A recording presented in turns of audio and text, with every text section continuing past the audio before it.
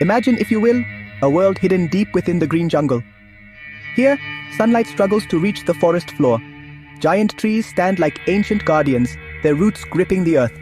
Amongst them, stone structures rise, covered in vines and moss. These are the remnants of lost cities. Cities that whisper tales of a clever and mysterious people. For centuries, these cities lay silent, their secrets waiting for us to come and listen to their stories. What wonders did they build? What did they believe?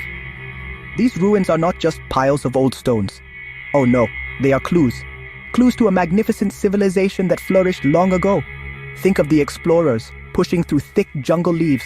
Suddenly, they see a towering pyramid, its stone face peeking through the trees. What a moment that must have been. A moment of pure discovery. A feeling of stepping back in time.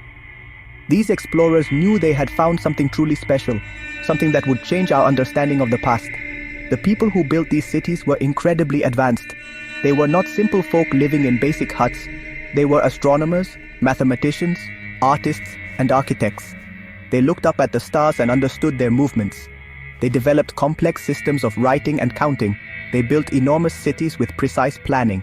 All of this was achieved in the heart of a challenging jungle environment. Their ingenuity is simply breathtaking when you stop to consider it. It makes one marvel at human potential. So, let us embark on an adventure together. Let us journey back in time. We will explore these lost cities. We will try to understand the people who lived there. We will uncover the secrets of the Maya. Their world was full of wonder, full of mystery, and full of incredible achievements. Prepare to be amazed by what we find. The story of the Maya is a story that continues to unfold, and it is a story that has much to teach us, even today. So, who were these remarkable people, the Maya? They were an ancient civilization. They lived many hundreds of years ago. Their story began more than 2,000 years before our time. They were not one single kingdom, but many city-states. Each city had its own rulers and its own distinct character. Yet, they shared a common culture, a common understanding of the world. They were people deeply connected to the land and the sky above. The Maya were incredibly skilled. They were master builders. They created towering pyramids and vast palaces from stone. Often they did this without metal tools or beasts of burden. Imagine the effort, the sheer human power involved. They were also keen observers of the heavens. They studied the sun, the moon, and the planets. Their knowledge of astronomy was astonishingly accurate. And they were artists, carving intricate designs into stone and wood. Their pottery and murals tell us so much. They lived in a region we now call Mesoamerica. This includes parts of modern-day Mexico, Guatemala, Belize, Honduras, and El Salvador. For over 1,000 years, their civilization blossomed. They developed their unique writing. They created complex calendars. They built cities that were home to tens of thousands of people. Then, around 900 AD, many of their great cities in the southern lowlands began to decline. But the Maya people did not disappear. Their culture continued and their descendants live on today. Their connection to the natural world was profound. They saw gods in the rain, the sun, the corn, and the jaguar. The jungle provided them with everything they needed: food, shelter, medicine, and inspiration. They understood the rhythms of nature. They knew when to plant and when to harvest. This deep respect for their environment was a key part of their existence. It shaped their beliefs, their art, and their daily lives in countless ways. The land of the Maya was a place of incredible diversity. It stretched across a vast area of Central America. Imagine a landscape that changes dramatically as you travel. In some regions, there were dense tropical rainforests. These were the lowlands, hot and humid. Giant trees formed a thick canopy, teeming with life. Monkeys chattered in the branches. Brightly colored birds flashed through the air. Jaguars, powerful and elusive, roamed the forest floor. This was a rich but challenging environment. Then there were the highlands. Here, volcanic mountains rose towards the sky. The air was cooler, the landscape more rugged. Pine forests covered the slopes. Valleys nestled between the peaks offered fertile land for farming. The Maya adapted to these different environments with great skill. They learned to use the resources each unique area provided, from the volcanic stone for tools and monuments to the rich soil for their crops. They truly understood their varied homelands. The environment shaped every aspect of Mayan life. The availability of water was crucial. In some areas, they built huge reservoirs to store rainwater. In others, They relied on natural wells called cenotes. These were sacred places, believed to be gateways to the underworld. The types of plants and animals also influenced their diet and their beliefs. Corn or maize was their most important crop. It was so vital, it played a central role in their creation stories. They saw themselves as people made from corn. This connection to the land was also reflected in their cities. They often built their ceremonial centers on high ground. Pyramids reached towards the sky, like man-made mountains. They aligned their buildings with the movements of the sun and stars. This shows their deep understanding of their place in the cosmos. The natural world was not just a backdrop for the Maya, it was an active participant in their lives, their religion, and their civilization story. The cities built by the Maya were truly awe-inspiring. Imagine walking out of the jungle and seeing them for the first time. Places like Tikal in Guatemala, or Palenque and Chichen Itza in Mexico.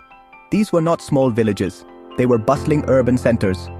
Homes, workshops, markets, and grand public spaces filled these cities. At their heart stood magnificent ceremonial complexes. These were places of power, religion, and community. The sheer scale of these cities is hard to comprehend.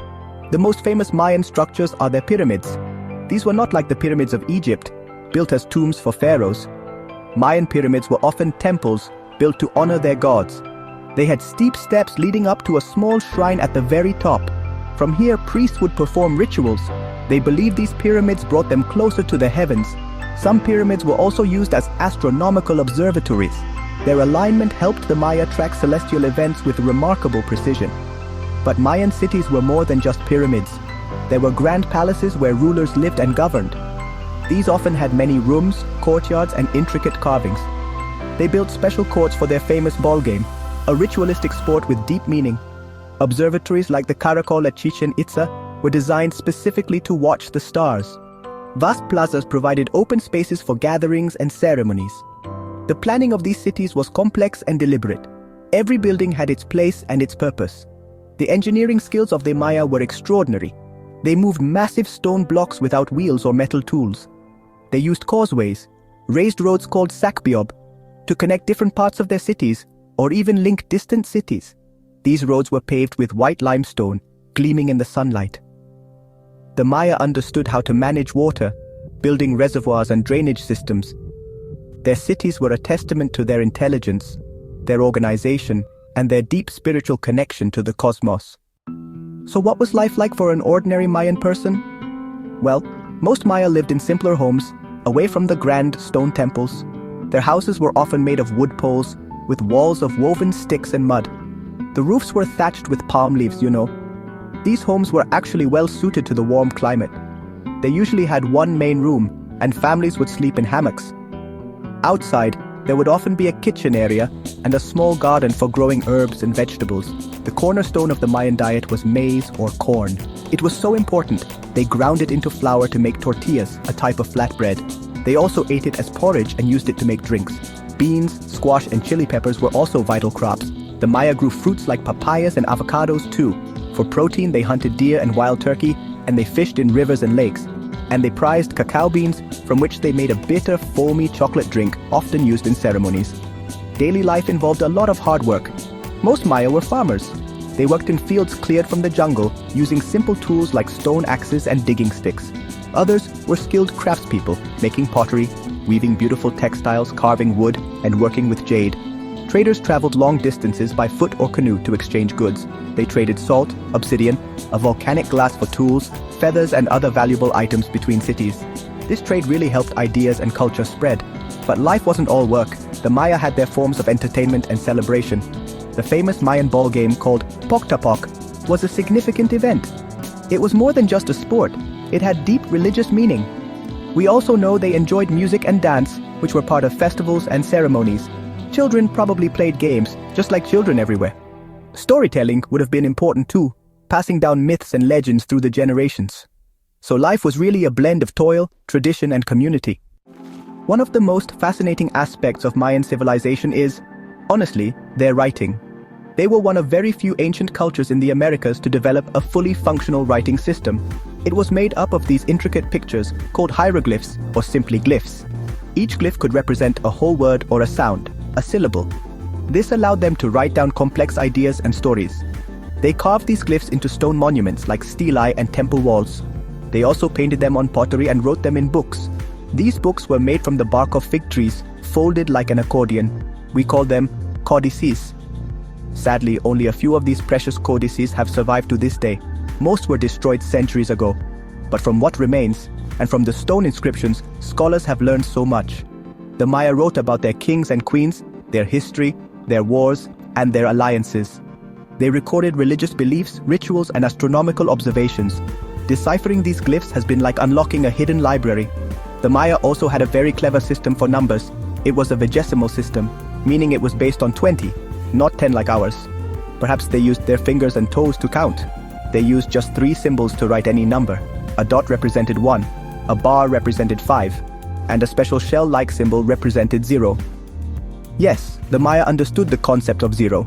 This was a huge mathematical achievement, crucial for complex calculations and their calendar. These systems of writing and mathematics were vital tools. They allowed the Maya to organize their society. They could record important events and knowledge for future generations.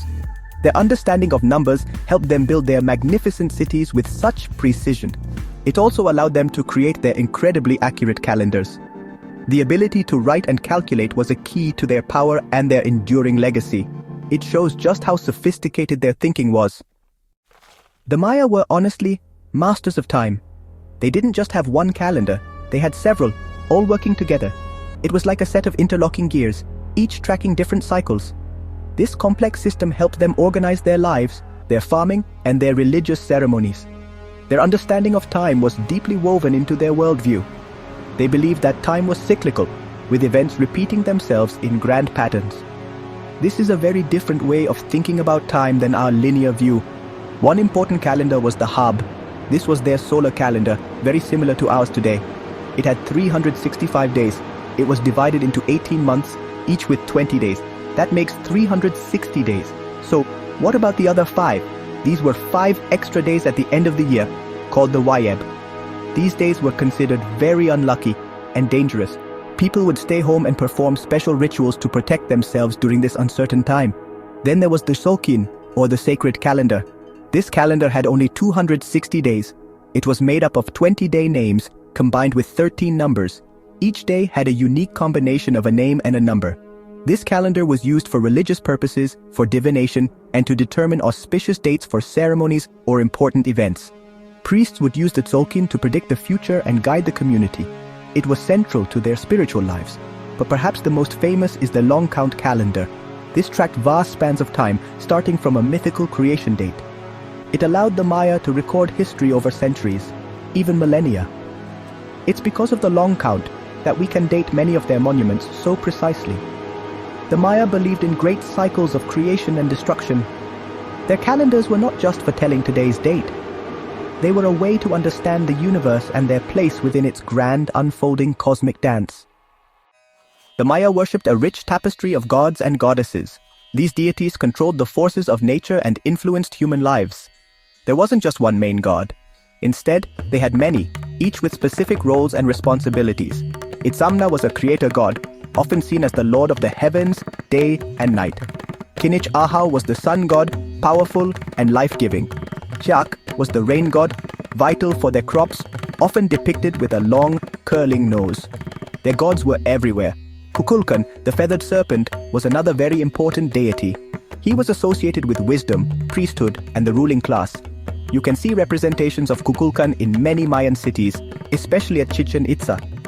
The Maya believed their rulers were divine, or at least had a special connection to the gods. This gave the rulers great power and authority.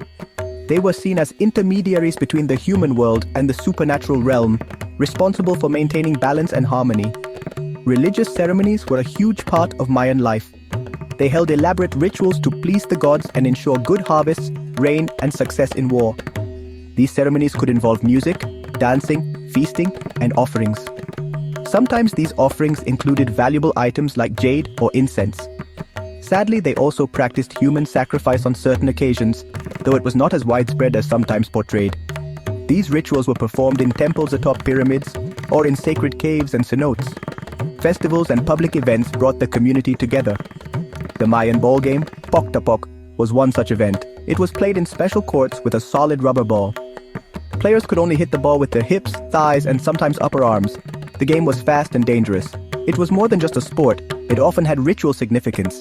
The outcome could even be linked to life and death. These grand celebrations reinforced their beliefs and strengthened the bonds of their society. When we look back at the Maya, it is, honestly, impossible not to be impressed. They built incredible cities in a tough jungle environment. They developed a complex writing system from scratch. Their mathematical understanding, including the concept of zero, was far ahead of many other cultures at the time. Their knowledge of astronomy and their intricate calendar systems still astound scholars today. They were truly a civilization of remarkable achievements, thinkers, and innovators. Their legacy is rich and deep. Around 900 AD, many of the great Mayan cities in the southern lowlands were abandoned. The reasons for this collapse are still debated by historians. It was likely a combination of factors, perhaps drought, overpopulation, warfare, or internal strife. But it is important to remember that the Maya people did not simply vanish. Mayan culture continued to thrive in other areas, like the Yucatan Peninsula, for centuries more. And even today, millions of Maya people live in their ancestral lands. The descendants of the ancient Maya carry on many traditions. They speak Mayan languages. They practice ancient farming techniques. They weave beautiful textiles with patterns passed down through generations. Their connection to their history and their ancestors is strong. Visiting these regions, you can still feel the echoes of that magnificent past. The ancient stones speak, and the living culture keeps the flame of Mayan heritage alive for all the world to see and appreciate. So why do the Maya still matter to us today? They show us what humans are capable of achieving. Their ingenuity in art, science, and architecture is an inspiration. They teach us about the importance of understanding our environment and living in harmony with it as much as possible. Their deep curiosity about the cosmos reminds us to keep looking up and asking big questions. The lost cities of the Maya are not just ruins, they are timeless monuments to human creativity and resilience.